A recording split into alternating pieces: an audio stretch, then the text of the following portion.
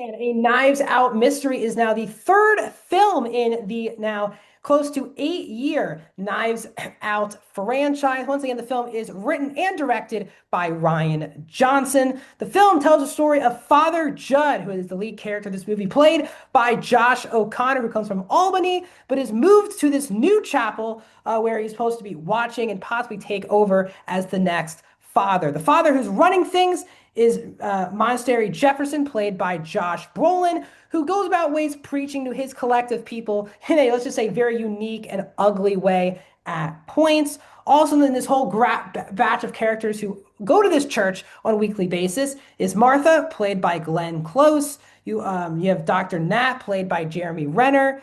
Vera, played by Kerry Washington. Lee, played by Andrew Scott.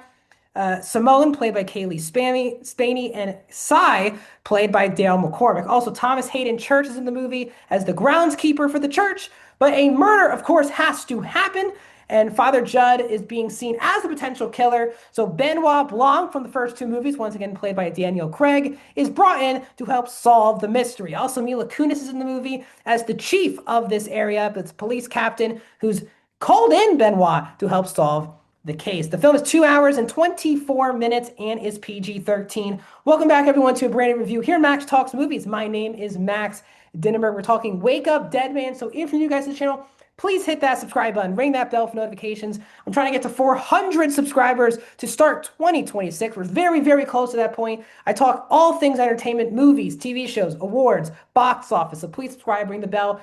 Also, please let me know your thoughts on the movie down in the comment section down below. Did you get a chance to see this one in theaters, or did you just wait for Netflix at home?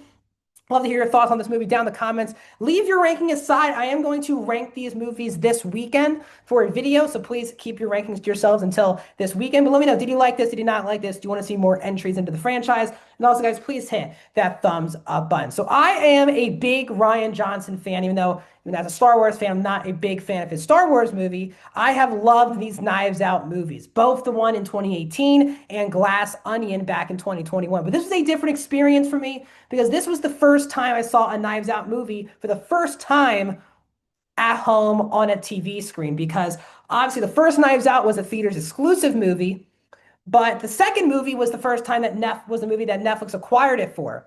So technically, yes, the second film, Glass Onion, was a Netflix movie, but I lived in Los Angeles at the time, and that movie was shown in all of the big theaters in Los Angeles at the time, a month before it hit Netflix. So I did see Glass Onion in theaters, then I rewatched it when it finally hit Netflix a month later. So this is the first time I've not seen a Knives Out movie in the theater, which is kind of disappointing for me. It wasn't playing anywhere near me. Wish I could have gotten a chance to see this one beforehand. But let's get my thoughts on Wake Up Dead Man. I think this film fits perfectly with the other two entries. This is an excellent detective movie that really does separate itself from the way it's shot to the plot. It just feels very different from the other Knives Out movies. Yes, this movie has our very amazing detective in Benoit Blanc. It has the whodunit. Obviously, someone has to die. It has our big ensemble. But tonally, this movie is very unique and different to the rest of the movies. And also character-wise.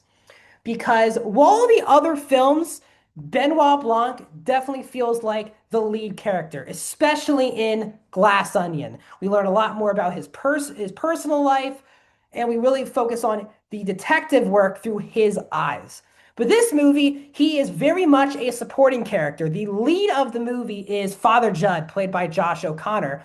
And that itself, having Benoit Blanc really not come into this movie until the first 45 minutes into the movie, was a different take on this franchise. And I will say, sometimes it works, sometimes it doesn't, but I will say what makes this movie work undeniably is Josh O'Connor, who is easily, it's my favorite performance of his career. Obviously, I'm not someone who's seen The Crown, but I've seen his other movie work, like in Emma and Challengers.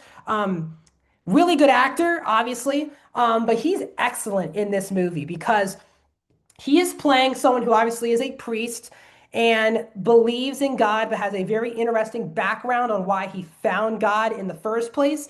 And really, this whole case has really challenged him as a person.